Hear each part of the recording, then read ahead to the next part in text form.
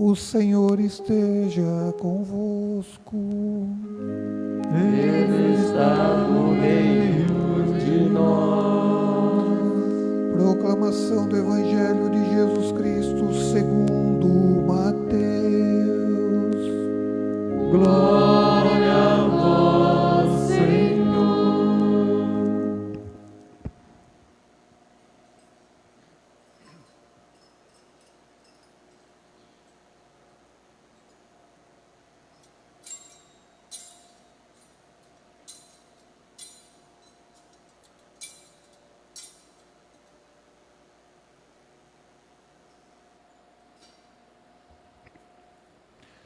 Naquele tempo, disse Jesus aos seus discípulos: Ficai atentos, para não praticar a vossa justiça na frente dos homens, só para serdes vistos por eles.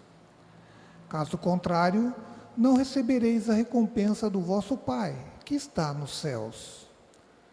Por isso, quando deres esmola, não toques a trombeta diante de ti, como fazem os hipócritas nas sinagogas e nas ruas, para serem elogiados pelos homens. Em verdade vos digo, eles já receberam a sua recompensa. Ao contrário, quando deres esmola, que a tua mão esquerda não saiba o que faz a tua mão direita, de modo que a tua esmola fique oculta, e o teu Pai, que vê o que está oculto, te dará a recompensa. Quando orardes, não sejais como os hipócritas, que gostam de rezar em pé, nas sinagogas e nas esquinas das praças, para serem vistos pelos homens. Em verdade vos digo, eles já receberam a sua recompensa. Ao contrário, quando orares, entra no teu quarto, fecha a porta, e reza ao teu Pai que está oculto. E o teu Pai, que vê o que está escondido, te dará a recompensa. Quando jejuardes, não fiqueis com o rosto triste, como os hipócritas. Eles desfiguram o rosto, para que os homens vejam que estão jejuando. Em verdade vos digo, eles já receberam a sua recompensa. Tu, porém, quando jejuares, perfuma a cabeça e lava o rosto, para que os homens não vejam que estás jejuando, mas somente teu Pai que está oculto. E o teu Pai, que vê o que está escondido, te dará a recompensa. Palavra da salvação. Glória a vós, Senhor.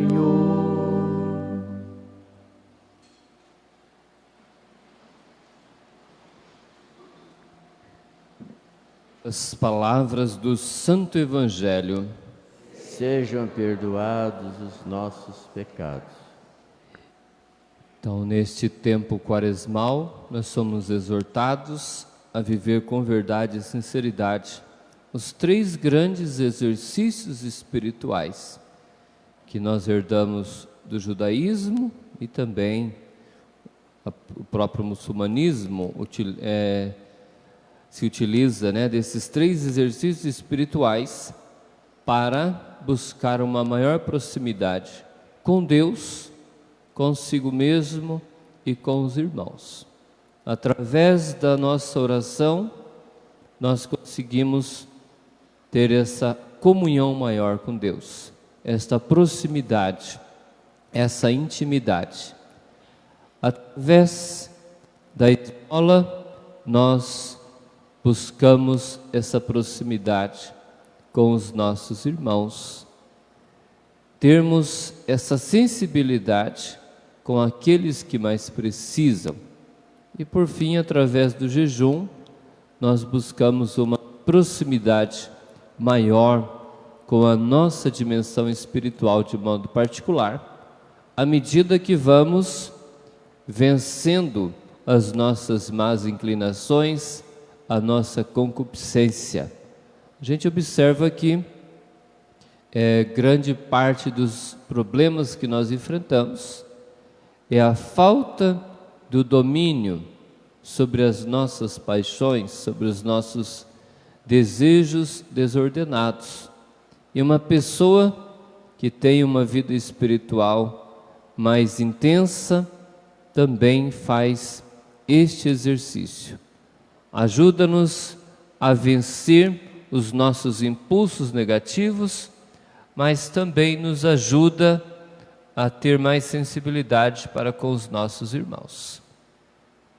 Quando nós passamos pela experiência da fome, nós podemos imaginar o que as pessoas estão passando, olhando para esta guerra que está acontecendo, uma mãe que fugiu e só pegou 2 maçãs para levar os filhos, saindo lá da Ucrânia. Ela disse que os filhos comeram a maçã e ela teve que comer a semente. Talvez ela nunca tivesse passado por uma experiência dessa, mas quando a gente passa, a gente tem a possibilidade de imaginar como é uma situação dessa e quantas pessoas no mundo que estão vivendo essa realidade. É muito importante, através desses exercícios, nós buscarmos essa proximidade também com os nossos irmãos, mas até mesmo esses belos exercícios espirituais nós podemos fazê-los apenas buscando as aparências, como Jesus mesmo vai dizer.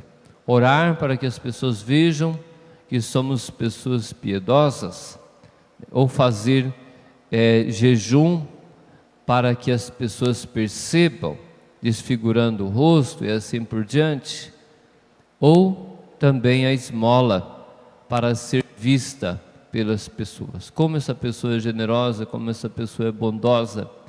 Por isso, mesmo estes exercícios espirituais tão elevados, eles precisam ser realizados com sinceridade. E é muito importante também termos esse espírito de reconciliação com Deus, buscar através da humildade, representada na cinza. Olha a nossa condição. Por mais que uma pessoa tenha bens materiais, tenha grandes conhecimentos, todos nós teremos que passar pela experiência da cinza, de voltarmos ao pó. Isso deve levar-nos a uma grande reflexão. Como está a nossa vida espiritual? Como é que está a nossa relação com Deus, a nossa relação com os irmãos, sabendo que todos nós voltaremos ao pó de uma forma ou de outra? Isso deve levar-nos a uma verdadeira conversão. E a gente observa a beleza dos símbolos, dos sinais que a igreja utiliza para nos fazer perceber esta realidade. O apóstolo Paulo, na segunda carta aos Coríntios, ele fala: somos embaixadores de Cristo e exortamos a que todos se reconciliem com Deus, porque Jesus, não tendo pecado, se fez pecado para que nós pudéssemos nos reconciliar com Ele. Vejam que nós é que deveríamos nos esforçar para nos reconciliarmos com Deus, e no entanto Ele vem ao nosso encontro. Não vamos desperdiçar este tempo favorável.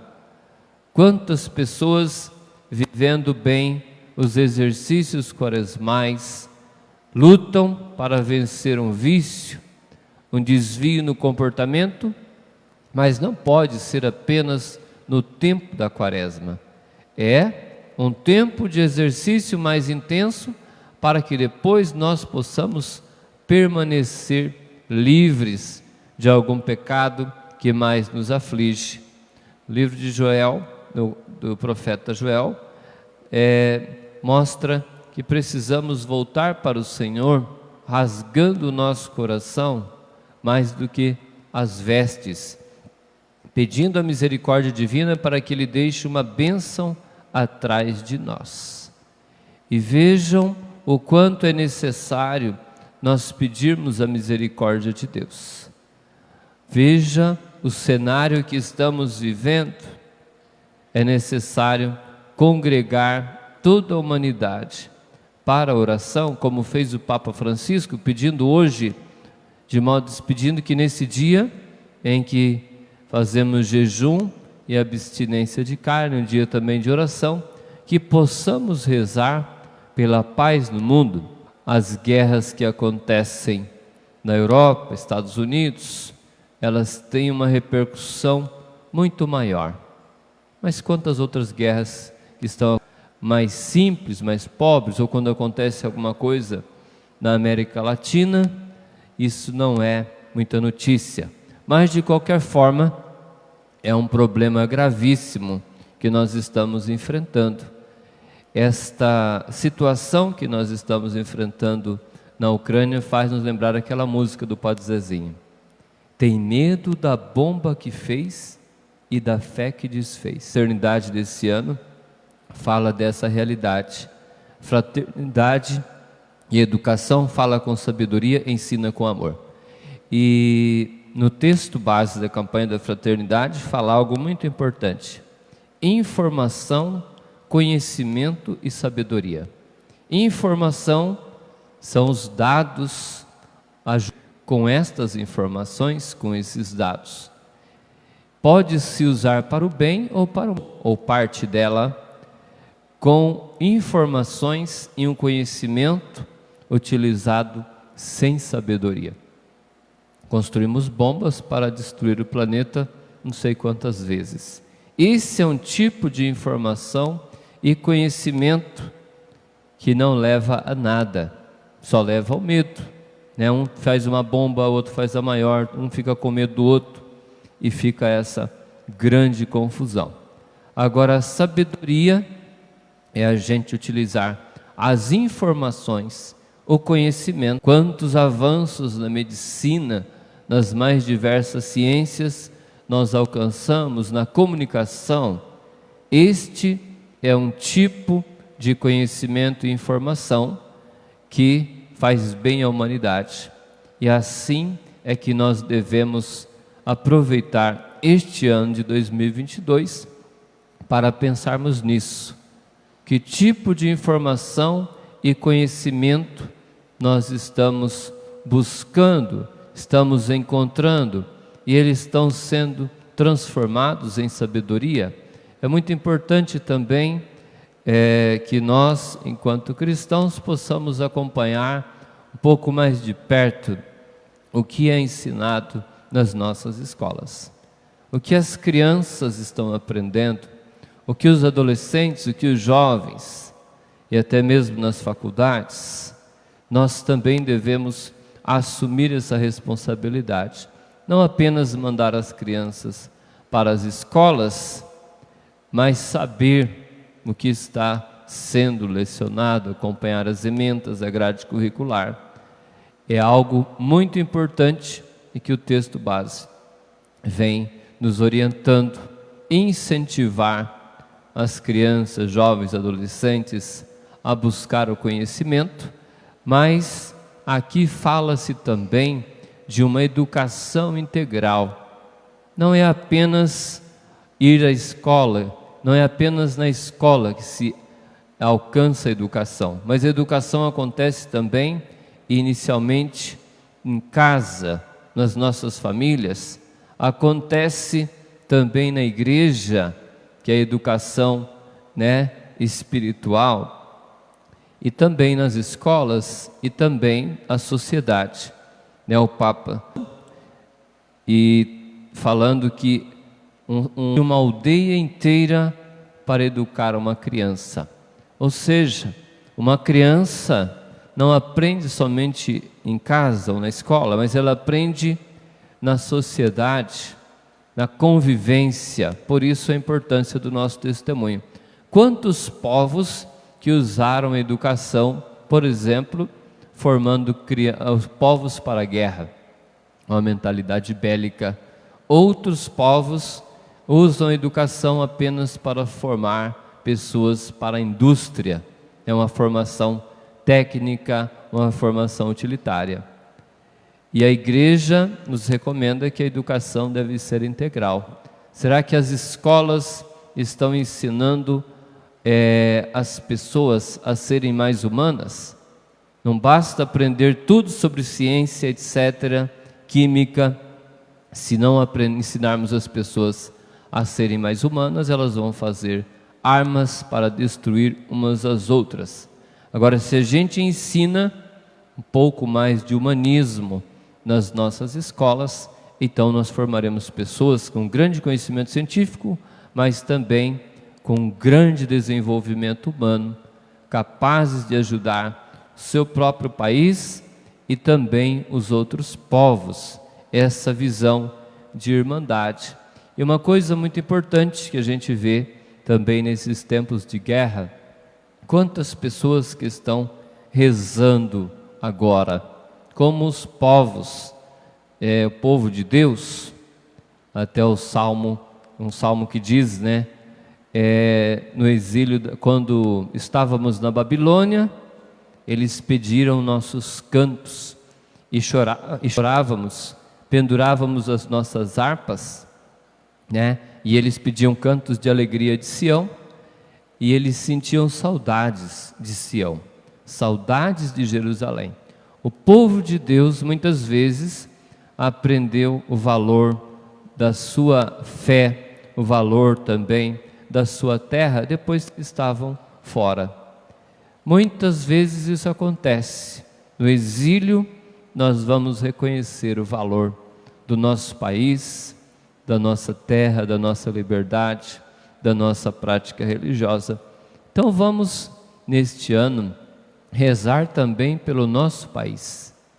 Quanta coisa poderia melhorar no nosso país se todos os brasileiros rezassem um pouco mais pelo nosso país, sim ou não? É importante termos senso crítico, sim. É importante darmos opiniões, mas é importante também que nós possamos fazer a nossa parte. Esses tempos atrás eu vi uma charge muito interessante e que nos faz pensar. Uma fila gigantesca de pessoas que gostam de criticar tudo, né? O país, a política, a igreja. Depois uma fila menor, mas ainda grande, de pessoas que gostam de dar palpite, né? Que gostam de comentar. Olha, eu acho que devia fazer assim, devia fazer assado e assim por diante. E é bom. E depois uma fila com uma meia dúzia de gato pingado, de pessoas que queriam fazer alguma coisa para mudar, né? Vamos então fazer alguma ação concreta em favor do nosso país, em favor da educação, em favor da caridade, né? E aí já eram bem menos. Que nós não sejamos essas duas filas apenas, que critica, que dá opinião. Isso vale para a sociedade, isso vale também para a igreja e para a nossa família. O que nós estamos fazendo de fato para transformar esta realidade? Sejamos dessa fila menor, mas de pessoas de fato comprometidas com a transformação social, né? Com a educação, algo tão importante. O Papa fala, né, do Pacto Global pela Educação, procurando garantir que todos os povos tenham o mínimo de formação. Quantas pessoas que não foram alfabetizadas, né? No Brasil, principalmente no Nordeste, 13% da população ainda é analfabeta. Aqui no Sul, graças a Deus, já é um pouco melhor. 3 e pouco por cento ainda precisam ser alfabetizados. Centro-Oeste, pouco menos, quer dizer, entre o Sul e o Norte e o Nordeste, mas temos ainda um longo caminho a percorrer. Então vamos pedir a Deus a graça de sermos pessoas convertidas e ajudarmos na educação. Da nossa parte, de modo especial, através da educação cristã, nas nossas catequeses, na nossa igreja, que a nossa igreja seja uma parte positiva dessa aldeia, que consiga iluminar a educação no nosso país a partir dos valores do Evangelho. Amém. E agora nós vamos abençoar as cinzas, que serão, depois já vamos fazer neste momento, na imposição das cinzas, nos fazendo pensar nesta realidade tão exigente, que nós estamos aqui, mas um dia nós teremos que voltar ao pó. Sejamos humildes, aprendamos com Jesus, que se fez pequeno para nos alcançar, e nos reconciliemos com Deus. Propósito também de penitência ao longo deste ano de 2022.